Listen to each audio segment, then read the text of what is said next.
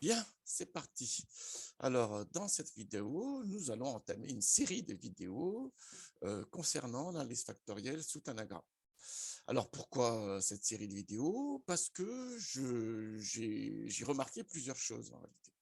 Alors, la première chose que j'ai remarqué, c'est que sur le site des tutoriels qui est là, voilà, j'ai une idée de ce que consultent les personnes qui viennent sur mon site. Voilà. Et c'est- je suis parti du constat que là, sur les 30 derniers jours, hein, mais bon, c'est plus loin que ça en réalité, il y a un énorme intérêt sur l'analyse factorielle. Voilà, là, les diabos que j'utilise moi-même, voilà, pour mes cours de remise à niveau que je fais en Master 6. Là également, l'analyse factorielle sous Python, avec un outil, avec le package qu'on peut trouver sur GitHub, qui est très bien, hein, qui est Fanalysis. Voilà, sur le livre que j'ai mis en ligne également, je vois qu'il y a plein de personnes qui le consultent, le livre que j'ai mis en ligne, que j'avais écrit il y a 2 ans durant le confinement. Donc tous ces éléments-là me disent qu'il y a une vraie attente sur l'analyse factorielle. Très bien, ce qui n'est pas étonnant par ailleurs, hein. C'est pour ça que même si je n'enseigne pas moi-même à l'université, j'avais créé une page, voilà, où j'avais mis une série de documentation dans le livre que j'avais rédigé, voilà, et aussi des slides, ainsi de suite. Ça, c'est un premier point important. Le deuxième point important, pourquoi je le fais sous Tanagra? Parce que sous R et Python, il y a plein déjà de tutoriels. Il y en a plein en réalité. Il y a plein de tutoriels déjà sous R et Python, dont une partie que j'ai écrit moi-même. J'ai écrit moi-même une série de tutoriels de la pratique de l'analyse factorielle sous R et sous Python. Le titre du livre qui est là, il ne ment pas, hein, ça montre bien effectivement cette idée-là. Voilà, donc le livre, hein, vous pouvez y accéder ici. Vous arrivez sur cette page. Sur cette page, vous avez le livre, voilà, qu'on peut consulter, qui est là, hein. Je me suis donné, hein. Bah, elle est où la table de matière? Elle est là, la table de matière. Voilà, donc, hein, très bien. Et l'autre élément important, c'est que tout ce que je fais, voilà, je mets les documents et je mets les fichiers et les programmes, hein. Donc, vous avez les notebooks là, que j'avais fait sous Python, et j'avais fait ici, j'avais mis également ici les données. Très bien. Donc, ça y est déjà ça. Ça y est déjà ça. Vous pouvez avancer là-dessus. J'ai fait le Tanagra pour 2 raisons. Déjà parce que j'en ai fait plein, en fait, de tutoriels sur l'analyse factorielle sur Tanagra, mais disséminés à gauche, à droite. Voilà. Bon, très bien. Donc, il fallait essayer de refaire la chose, mais de manière un peu plus cohérente. Et justement, c'est ce que je vais essayer de faire maintenant, c'est que je vais essayer de faire une série de tutoriels avec des vidéos plus courtes. Ça également, on me l'a dit, donc je vais essayer de faire des vidéos plus courtes. Et surtout, pour chaque thème, pour chaque méthode qu'on va étudier, je vais me caler sur le cours. Donc, pas sur l'ouvrage parce qu'il est rédigé, il y a beaucoup de choses. Donc, je vais aller plutôt sur une référence plus schématique. C'est ici typiquement aujourd'hui, je vais attaquer l'analyse composante, je vais attaquer l'analyse en composante principale, voilà, qui est là, et le support de cours, il est là. C'est un peu plus succinct, justement, plus schématique. Ça me permettra, à chaque fois que je montre un résultat, de mettre en parallèle avec ce qu'il y a dans le cours. Voilà. Comme ça, il y a un vrai cheminement. Il y a un vrai cheminement. Alors, pourquoi aussi Tanagra? La deuxième raison, c'est que le principal intérêt de Tanagra, c'est qu'il est très simple à utiliser. On n'a pas besoin de savoir programmer pour l'utiliser. Donc, ceux qui sont à l'aise avec le codage, pas de souci, hein, travaillez sous R et Python. Je suis moi-même un des grands promoteurs de R et Python, on est bien d'accord là-dessus. Mais je sais très bien également qu'il y a une fraction des personnes qui sont très intéressées par la data science ou les statistiques en général, qui ne sont pas à l'aise avec le codage. Donc là, il y a d'autres outils qui sont très intéressants pour ça. Il y a des outils commerciaux très connus, hein, je ne vais pas les citer, mais bon, ils sont connus. Voilà. Et il y a aussi Tanagra, justement, qui a cette facilité d'utilisation et qui est calé avec les sorties, hein, de l'analyse factorielle à la française, qui est une culture très à part, qui est très reconnue, hein, qui vient de Benzekri avec tout un tas d'auteurs. Je ne vais pas citer parce que sinon je vais en oublier. Mais bon, il y a des gens que j'aime bien, qui sont dans les références ici. Voilà, comme ça ne fait pas de jaloux, hein. Dans la bibliographie, là, dans la bibliographie, vous verrez les ouvrages que j'ai trouvés intéressants et que je cite ici. Voilà. Je ne le dis pas parce que sinon je vais en oublier, ça ne va pas être bon, hein. Mais voilà, vous avez des références, page 396 là, et vous avez, bon, on va y aller, hein, voilà, hein, parmi les meilleurs livres que j'ai lus et que je trouvais intéressants. Hein. Très bien, je les montre ici, et je conseille leur lecture, vraiment, je conseille leur lecture. Bien. Alors moi, du coup, voilà, donc je vais aller sous Tanagra. Pour une raison, c'est qu'elle est très simple à utiliser. Et l'autre raison très importante, c'est qu'on peut le mixer avec un tableur. On peut le mixer avec Excel. Donc, on a aussi cette utilisation-là de pouvoir travailler avec un logiciel spécialisé, Tanagra, et avec le tableur. Alors, entendons-nous bien, parce que ça également, je l'entends tout le temps, hein, voilà, un tableur n'est pas un outil statistique. On est absolument d'accord là-dessus. Il n'est pas fait pour ça. Il n'en reste pas moins que c'est un excellent outil pédagogique. Et justement, les vidéos que je vais faire là ont plutôt une visée pédagogique. C'est un excellent outil pédagogique parce que on ne peut pas rentrer les formules sans les comprendre, hein. Voilà. Je prends un exemple très simple, hein. Parfois, pour titiller mes étudiants, je leur dis, OK, on a fait la CP sous R, voilà, et si on veut faire une projection sur des individus supplémentaires, comment vous faites? Voilà. Alors, généralement, on me répond, il y a une fonction prédicte. Mais moi, je veux bien. Mais comment elle fonctionne, la fonction prédicte? Ah bah ça, on ne sait pas, on tape prédicte. Mais non, non, il faut comprendre comment ça se passe, effectivement. Qu'est-ce qui se passe? Comment on utilise les paramètres calculés sur les variables, les moyennes et écart types, si on fait une ACP normée, et comment on va exploiter également les coefficients qui sont issus des valeurs des vecteurs propres, hein, comment on peut les exploiter, ainsi de suite. Voilà. Donc, c'est pour ça que moi, dans la majorité de mes cours d'introduction, hein, voilà, les premières séances généralement, je suis attaché à faire travailler sur tableur, comme ça je vois si les étudiants ont bien saisi les différentes formules qu'on a vues et qui comprennent bien leur articulation avec les données. Une fois que j'ai cette assurance-là, après, on passe avec les vrais outils, entre guillemets, hein. Typiquement, moi, c'est soit R, que j'utilise énormément, soit Python, que j'utilise énormément également. Voilà, voilà. C'est un long préambule, mais comme j'ai promis de faire des vidéos courtes, voilà, je m'arrête là et on va pouvoir attaquer. Alors, l'autre élément important, bien sûr, Tanagra, hein, il est libre, hein, vous le trouverez sur Internet, il est là, hein, le logiciel est libre, il est en ligne depuis 2004. Voilà, vous le téléchargez, vous l'installez, ainsi de suite. Voilà, je décris un peu, enfin, il y a une page Wikipédia qui décrit un peu ce qu'il y a derrière le logiciel. Et moi, ce qui m'intéresse avant tout, bien sûr, c'est que dans cette vidéo aussi, vous avez la vidéo qui est là. Je montre comment on l'installe sur votre ordinateur, comment il faut faire pour l'installer sur l'ordinateur, et comment l'intégrer dans Excel pour qu'on ait ici un menu qui apparaisse.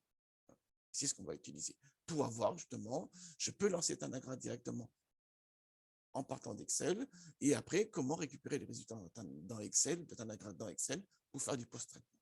Voilà. Une fois que ça s'est fait, maintenant, on va voir donc les premières parties qui sont là, hein. On va attaquer, voilà, on va commencer la partie sur l'ACP. Donc, les références sont là, hein. Voilà, les références, différentes références sont là. Et à chaque fois, vous regardez. Moi, je ne vais pas utiliser ce support-là, je vais plutôt utiliser ce support-ci parce que c'est plus simple de naviguer là-dedans.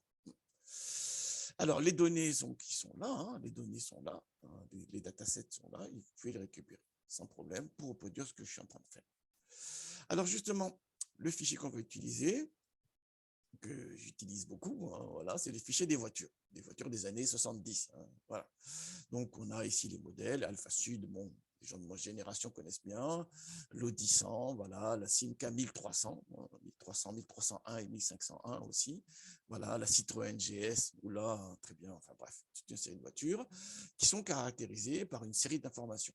La cylindrée, hein, donc le volume du moteur en centimètres cubes, la puissance en chevaux DIN, j'imagine ici, voilà. Ensuite, la longueur, la largeur en centimètres, le poids de la voiture et la Vmax, la vitesse maximale. Voilà. Bien sûr, moi, j'ai déjà installé Tanagra ici. Donc, je vais lancer les traitements et on va voir une série de points. Hein. Donc, mon plan, il est là. Hein. Il est là. Il est juste. Voilà, vous avez vu. Hein. Donc, on va faire ces différents points qui sont là. Voilà. Hop là, je remets ça ici et on y va. Alors, donc, je sélectionne les données. Donc, sinon, vous faites CTRL A. Hein. Ça sélectionne les données. Je vais dans Complément, je vais dans Tanagra et j'exécute Tanagra. Voilà. Il vous dit la plage de données va de A1. Il faut bien prendre les en tête parce qu'il y a les noms des variables sur la première ligne de G19. Voilà, très bien, je clique sur OK. Et ça démarre Tanagra. Il l'a mis sur notre écran, donc il faut que je le ramène ici. Bien. Une fois que j'ai fait ça, je suis prêt, les traitements sont prêts. Je vais pouvoir y aller. Qu'est-ce qu'il faut? Il faut que je dise au logiciel, donc on a bien importé ici, hein, il y a 7 variables, il y a 18 observations, il y a un modèle qu'on ne va pas utiliser, mais qu'on va utiliser uniquement pour faire les graphiques, voilà, mais qu'on utilise pas pour les calculs. Et ensuite, on a les variables ici, les descripteurs. Donc, je dois dire au logiciel quelles sont les variables à utiliser pour les calculs. Donc, je vais là et je clique sur ce bouton-ci, voilà, qui permet de définir le rôle des attributs, des variables. Donc, je sélectionne les variables qui sont là et je les mets en input. Input, vous avez bien vu, hein. Voilà, je clique sur OK, je vérifie. Il m'a dit, tu n'as pas pris modèle, oui, parce qu'il ne va pas servir pour les calculs. Et voilà, en input les variables. Très bien. Ensuite, je vais lancer une ACP, basique dans un premier temps.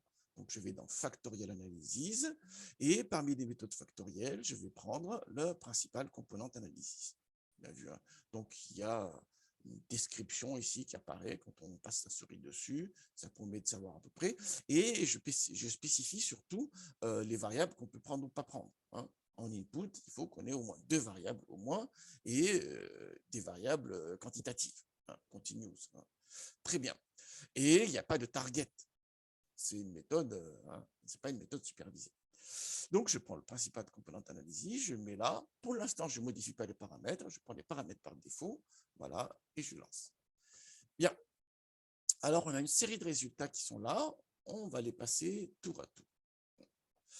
Alors, les premiers éléments, c'est que vous avez, c'est une ACP normée qui a été faite, hein, donc là, vous avez des paramètres qui ont été pris par défaut, et typiquement, il génère 5 facteurs. Par défaut, c'est 5 facteurs, hein, 5 composantes principales.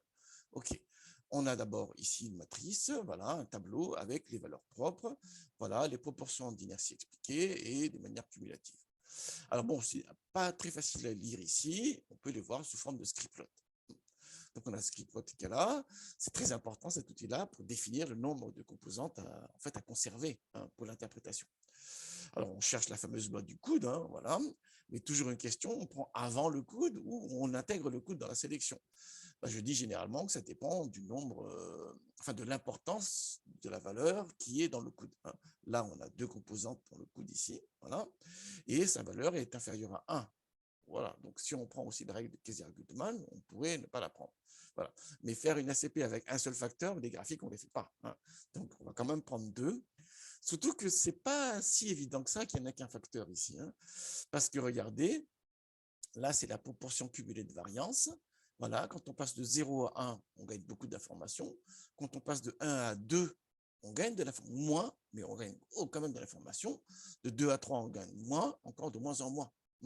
Donc ici, quand on passe de 1 à 2, le gain d'information est moindre que précédemment, on est d'accord là-dessus, hein, mais il y a quand même un gain fort là. Donc le coût de 2 facteurs, peut-être que finalement, c'est la bonne idée ici. On verra que oui, c'est la bonne idée. Un peu plus tard, quand on verra la rotation des facteurs. Très bien. Alors bon, OK, il y a d'autres critères possibles, hein, qui sont là. Voilà. Kaiser-Gutmann qui fixe donc la valeur seuil à 1. Très bien. Voilà. Donc 4, le 1, il passe parce que la valeur propre est 1. Ici, enfin, 4. Ici, le 2, il passe pas, a priori, parce que c'est 0,85. Mais bon, c'est des règles. En fait, c'est la moyenne des valeurs propres qu'on a ici comme valeur de référence, hein. Donc, on prendrait les axes dont la valeur propre est supérieure à la moyenne des valeurs propres. C'est ça un peu l'idée, hein. Très bien. Il y a un autre critère également, celui de Carlis-Aporta-Spinaki, hein, qui est très intéressant, parce qu'il tient compte des effectifs, du ratio entre les effectifs et le nombre de descripteurs. Alors ça, je décris dans le livre qui est là, dans le support de cours qui est là, justement. Alors, il est page où, là? Page 22. Donc, on va avancer un peu. Voilà. Donc voilà, ce qui est très intéressant dans la méthode de Saporta-Spinaki, Carlis-Saporta-Spinaki, c'est que le seuil, cette fois-ci, il y a le 1 qui est toujours là, mais ensuite on va moduler cette valeur, la 1 là, en fonction du ratio entre le nombre de variables qu'on a utilisées dans la CP et le nombre d'observations. Bien sûr, si on a énormément d'observations par rapport au nombre de variables, ce ratio-là tend vers 0, et du coup on revient bien sur le 1. Mais c'est très intéressant parce que ce seuil-là, maintenant, tient compte de caractéristiques des données, hein, ce que ne fait pas la valeur 1 brute, hein, comme valeur seuil. On est d'accord là-dessus. Donc, c'est intéressant de ce point de vue-là. Alors, si on prend ce critère-là, bah, le seuil serait 2 et donc il n'y aurait qu'un seul facteur qui passerait, hein. Donc là, également, voilà.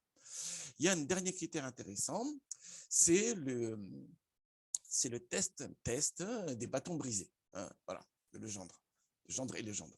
Très bien, vous avez là, vous avez les valeurs propres et vous avez les valeurs seuil qui sont là. Alors ça, c'est expliqué dans le cours qui est là, qui montre comment sont calculées les valeurs seuil pour un test à 5% à peu près. Mais bon, ça donne des idées, ce n'est pas une vérité absolue, hein. Les fameux tests à 30%, et ça y est, c'est la vérité absolue, hein. N'oubliez pas que, que l'approche est stochastique, on est d'accord là-dessus, et qu'il y a des fluctuations d'échantillonnage. Bon, très bien. Donc, vous avez ici les valeurs propres, vous avez les valeurs seuil calculées par ce truchement-là, voilà, et ça vous permet de savoir qui passe pas. Donc là, de nouveau, hein, celui qui passerait, c'est un seul facteur, et les autres ne passeraient pas, a priori. Mais bon, ouais, les évidences sont parfois trop aveuglantes pour que ce soit des vraies vérités, hein. Enfin, bref. Alors, on a d'autres éléments qui sont là. On a ici les corrélations avec les axes. Alors, ce qui est très intéressant, c'est que, bon, après, il y a plein d'informations à lire là, hein. Moi, ce que je conseille souvent aux étudiants, c'est que les résultats de Tanagra, c'est un fichier HTML, en fait. Là, c'est une page HTML qu'on a là. Donc, on peut le ramener directement dans Excel. Il sait le lire, hein. Donc là, je composante copie résulte, paf. Je vais dans Excel, je crée une nouvelle feuille et je colle les résultats. Très bien. Et ça permet de réarranger les résultats comme on veut. Alors, je prends un exemple très simple. Bon, on ne va pas prendre les autres ici pour l'instant. On va garder que celui-là. On va mettre ça plus loin. Voilà. Regardez. Donc, ici, on a un tableau avec les corrélations des variables avec les axes. Très bien. Alors là, ensuite, ici, on a les pourcentages. Très bien, des cosinus carrés. Hein, voilà. Et le cumul en cosinus carré. Mais là, comme on n'a qu'un seul facteur, c'est la même valeur là et là. Quand on prend deux facteurs, ça va s'ajouter. On est d'accord, hein? Voilà. On voit la qualité de représentation des variables. Alors, on n'a pas les contributions ici. Pourquoi je n'ai pas mis les contributions? Parce qu'en réalité, que ce soit les cosinus carrés ou les contributions, ils sont basés sur la même information, c'est le carré de la corrélation, en réalité. C'est la normalisation qui est différente, hein. C'est ce qu'on peut voir dans le cours qui est là. C'est ce que je montre ici, hein. Le tableau qui est là, en fait, on a les carrés de corrélation, les corrélations qui sont là, on a les carrés, et si on prend les contributions, on a bien les carrés de corrélation qui sont en fait relativisés par la valeur propre associée au facteur. Et si on prend les cosinus carrés, on prend les corrélations qu'on monte au carré tout simplement. Voilà. Donc, mettre deux fois la même information dans le même tableau, bon, ça me paraissait pas pertinent. C'est pour ça que dans Tanagra, on a uniquement que les corrélations, les carrés de corrélation et le cumul si on rajoute des axes supplémentaires. Voilà, ainsi de suite. Pour ceux qui veulent quand même les contributions, le calcul est très simple. Comme on peut ramener les résultats dans Excel, on peut faire du post-traitement. Donc, je fais CTR, contribution, est égal, je prends d'abord le carré des corrélations. Voilà. Une fois que c'est fait là, je vais les mettre CTR en pourcentage. Voilà. Et je prends ces carrés de corrélation que je veux relativiser par la valeur propre qui est associée aux axes. Voilà. Et on a bien les contributions. Bon, dans cet exemple-ci, qui est un peu bateau, toutes les variables vont dans le même sens. Toutes les variables dans le même sens et elles contribuent à peu près de la même manière. Ça indique une forte corrélation entre les variables. Ça. Voilà. Très bien. Donc voilà. C'est le gros intérêt de pouvoir travailler dans Excel. Le gros intérêt de pouvoir ramener les résultats dans Excel, c'est qu'on peut faire du post-traitement très facilement. Voilà. Et moi, en faisant travailler mes étudiants ainsi, je m'assure qu'ils comprennent les formules, hein, qu'ils sont capables de revenir dans le cours, voilà, de regarder la formule pour pouvoir faire les calculs ici. C'est ce que je fais souvent. Sur mon premier, voire mon deuxième TD, quand je suis sur des méthodes que j'introduis aux étudiants, voilà, je leur impose de travailler comme ceci. Comme ça, je regarde s'ils sont capables de retrouver la bonne page dans le cours, déjà. Bon, je mets l'indication dans la fiche de TD. Et petit 2, s'ils sont capables de décrypter correctement ces formules-là pour les reproduire facilement dans un tableur. Ce qui paraît important. Après, sous R et sous Python, ils font tous les calculs automatiquement, vous tapez une commande. Mais comprendre ce qui est sorti comme résultat, ça me paraît quand même un peu, ça me paraît intéressant. Alors, je continue, moi. Il y a une dernière partie, c'est les coefficients qui sont utilisés pour la projection des individus dans le repère factoriel. Ce sera utilisé pour les individus supplémentaires. J'en dis pas plus parce que je vais consacrer une vidéo sur les individus supplémentaires et les variables supplémentaires. Donc c'est pour ça que j'en parle pas ici, mais voilà à quoi sert ce tableau-là, hein. C'est les coefficients utilisés pour la projection des individus supplémentaires à partir de leurs coordonnées. Très bien. Alors, est-ce qu'il y a deux graphiques qui sont souvent mis en avant dans les ACP, hein, c'est le cercle des corrélations d'une part et la projection des individus. Est-ce qu'on peut faire ça ici directement ou bien on serait obligé de le faire dans Excel?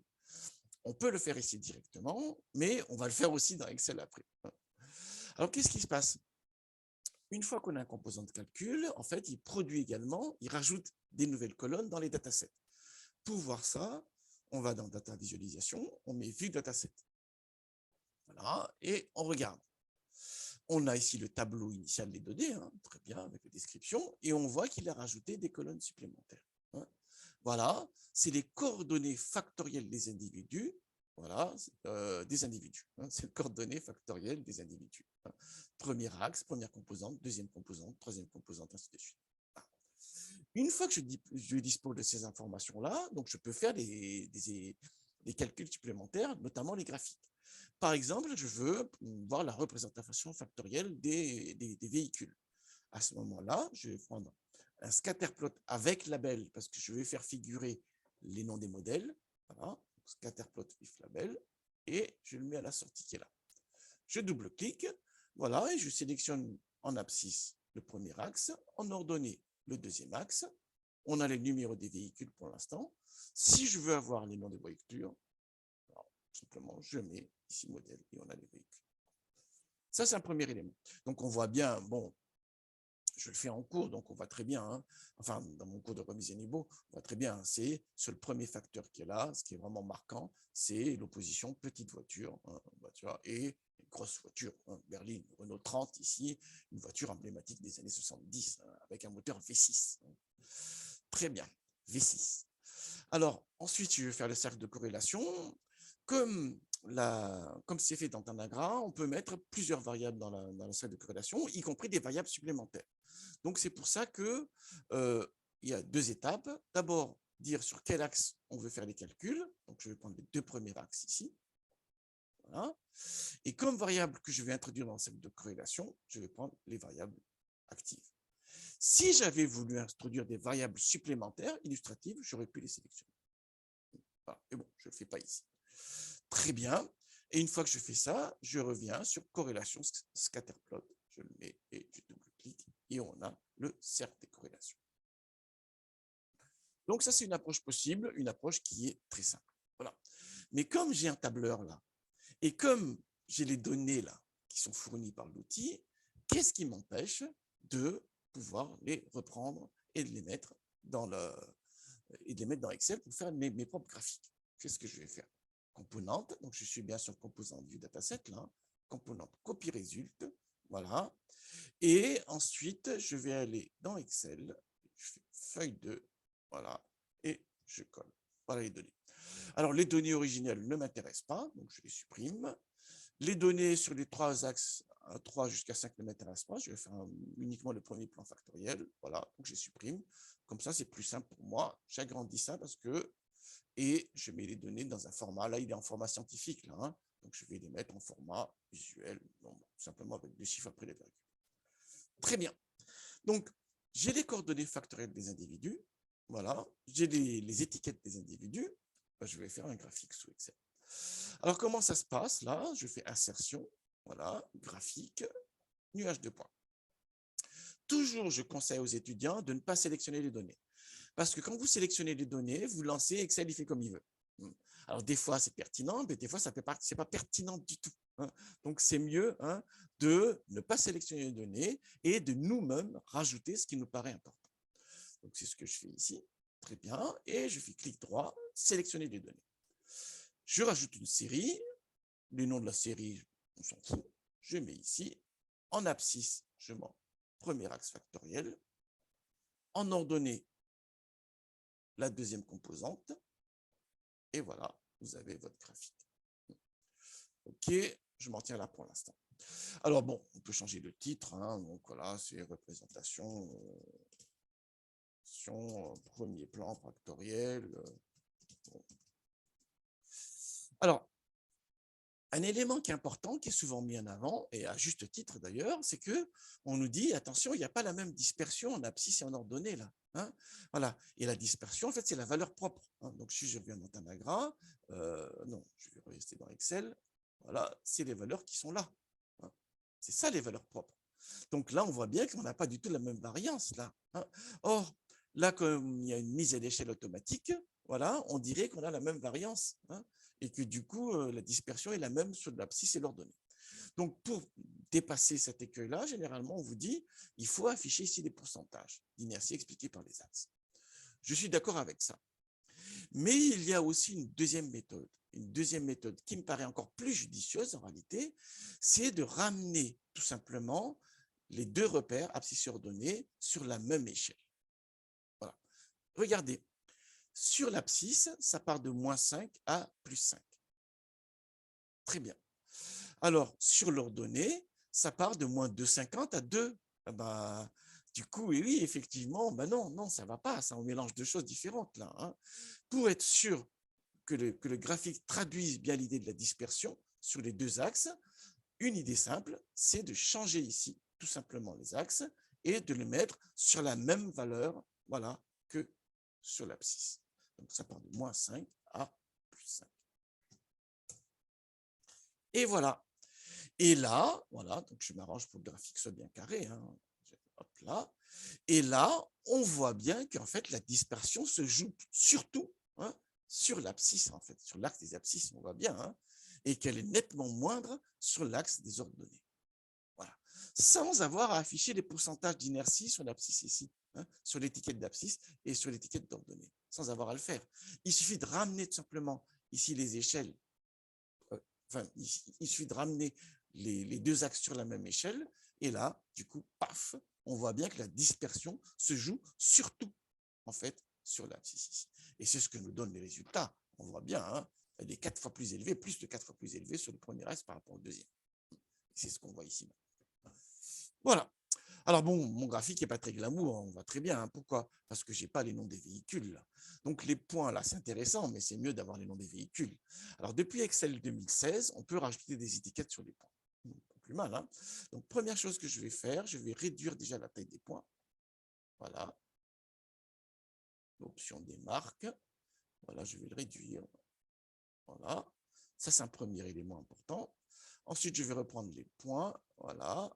Et je vais ajouter une étiquette. Très bien.